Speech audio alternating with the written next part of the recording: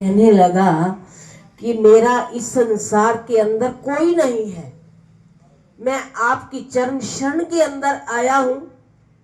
तो संत पूछने लगे कि तेरा नाम क्या है? तो वो बच्चा कहने लगा कि मेरा कोई नाम ही नहीं है। तो सब जब बच्चे ने कहा कि मेरा कोई नाम ही नहीं है, तो उस वक्त संतों ने उसका नाम रखा कि राम भक्त रामदास। कि देखो कितना सुंदर नाम संतों ने उसका रखा। तो वो बच्चा संतों के आश्रम की सेवा में लग गया। कहते हैं ना कि जो सेवा करने वाला होता है ना, वो रुकता नहीं, और उसे कहना भी नहीं पड़ता, उसे बताना भी नहीं पड़ता, तो वो सेवा करने लगा।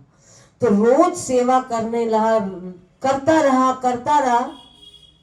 तो संत कि एक बार उन्हें यात्रा पे जाना था कि उन संतों की 80 वर्ष उम्र हो गई थी और उनको यात्रा पर जाना था। तो संत सोचने लगे कि हमने तो यात्रा पर जाना है, कि अब पीछे किसी न किसी की सेवा तो लगानी पड़ेगी, कि आश्रम को तो अकेला नहीं छोड़ना।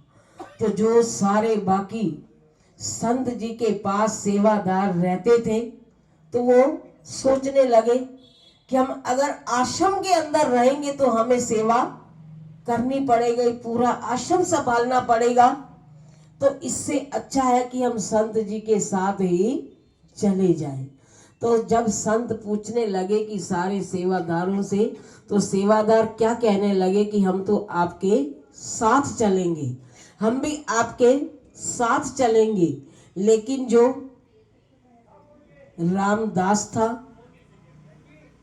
तो वो कहने लगा गुरुदेव कि आप पूछ रहे थे सबसे कि इस आश्रम को पीछे कौन संभालेगा, कि अगर आप कहो तो मैं पीछे रह जाऊं और सेवा को संभाल लूं। तो संत कहने लगे कि पीछे तो रहना बहुत जरूरी है, आश्रम को संभालना भी बहुत जरूरी है।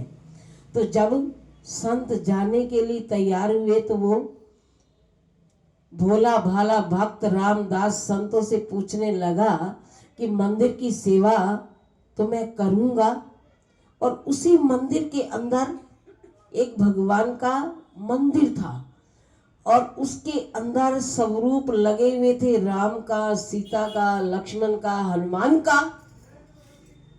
तो पूछने लगा कि सेवा तो आप मुझे समझा दी, बता दी, लेकिन भगवान जी की सेवा का तो मुझे कुछ पता ही नहीं कि इनकी सेवा कैसे की जाती है, इनको भोग कैसे लगाया जाता है, इनकी सेवा कैसे की जाती है।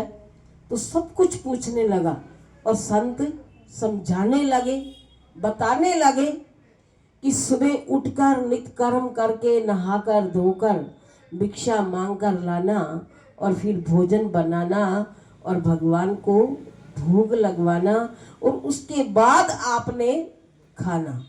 तो उस रामदास ने, भोले भाले भक्त ने वैसा ही किया कि उसके लिए तो रात काटना भी क्या हो गया, मुश्किल।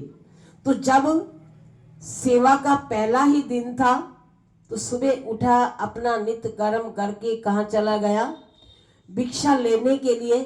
भिक्षा मांग कर लाया, आकर भोजन बनाया, भोजन की अलग अलग थालियां सबके लिए बनाई और मंदिर के अंदर ले गया भोग लगाने के लिए, और थालियों को परोस दिया और बैठ गया इंतजार में कि जब भगवान भोग लगाएंगे तो उसके बाद ही तो मैं खाऊंगा।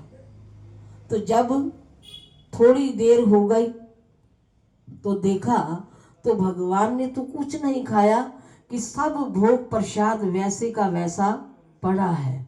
तो उसने क्या किया कि भगवान से मेरा नया नया रिश्ता बना है, जुड़ा है, तो पता नहीं भगवान शर्मा रहे हैं, तो इसलिए कुछ नहीं खा रहे। तो उसने क्या किया कि भगवान के आगे क्या लगा दिए, पर्दे, कि अब तो भगवान भोग लगाएंगे। तो बैठ गया उनके चरणों में इंतजार में कि जब भगवान भोग लगाएंगे तो उसके बाद मैं अंजल ग्रहण करूंगा। थोड़ा समय बीत गया, फिर देखा कि फिर भोजन वैसे का वैसा पड़ा है कि भगवान ने भोग नहीं लगाया। तो सोचने लगा कि अब मैं क्या करूं, कि संत जी तो मुझे कहकर गए थे कि भगवान की ऐसे ऐसे सेवा करनी है, भोग बनाना है और भगवान को भोग लगाना है, उसके बाद खाना है। तो अब इंतजार करते करते मैं थक गया। तो भगवान कुछ नहीं खा रहे, क्या मुझसे पता नहीं कोई गलती हो गई है, तो मैं अब क्या करूं। तो उस वक्त जब भगवान को देखा कि भगवान ने कुछ नहीं खाया, तो मन में क्या आया कि अब तो मैं भूखा ही मर जाऊंगा, लेकिन जब तक भगवान भोग नहीं लगाएंगे तो मैं भी नहीं खाऊंगा, कि मुझे मरना मंजूर है लेकिन खाना मंजूर नहीं है। तो इस बात को सोचकर वो कहाँ जाने लगा, कि जो उस शहर के अंदर मंदिर से थोड़ा दूर जाकर एक पहाड़ था, तो उस पहाड़ के ऊपर जाकर मैं छलांग लगाऊंगा और मर जाऊंगा। तो इतने में क्या देखा, भगवान श्री राम जी ने जल्दी से हनुमान जी को पीछे पीछे भेज दिया कि अब तो भक्त पहाड़ के ऊपर जाएगा, छलांग लगाएगा, पता नहीं क्या होगा। तो हनुमान जी को पीछे से पकड़ने के लिए भेजा कि जाओ भक्त को पकड़ कर ले आओ, तो अब हम भोजन कर लेंगे। जैसा भक्त कहेगा वैसा हम करेंगे, भोजन भी खाएंगे। तो जैसे ही उसके पीछे हनुमान जी को भेजा, पकड़ा, तो उस वक्त वो भोला भाला भक्त क्या कहने लगा कि मैं इतनी देर से आपको कह रहा था, भोजन की थालियां परोसी, इंतजार में बैठा रहा, तो उस वक्त आपने क्यों नहीं खाया, कि इतना कहने के बावजूद भी आपने भोजन को हाथ भी नहीं लगाया, क्यों नहीं खाया। तो अब मुझे पीछे से आवाजें लगा रहे हो। तो उस वक्त उस भक्त को हनुमान जी अपने साथ लेकर आए और भगवान के पास बिठाया कि अब सारे इकट्ठे बैठकर हम भोजन करेंगे। तो उस वक्त देखो कि भक्त ने जब मन के अंदर ये ठान लिया कि ठाकुर खासी था मैं खासा, नेता भूखा बैठा रासा। तो देखो जब भक्तों की भावना प्रबल देख लेते हैं ना भगवान, तो वहां उस वक्त भगवान को आना पड़ता है, भोग लगाना पड़ता है।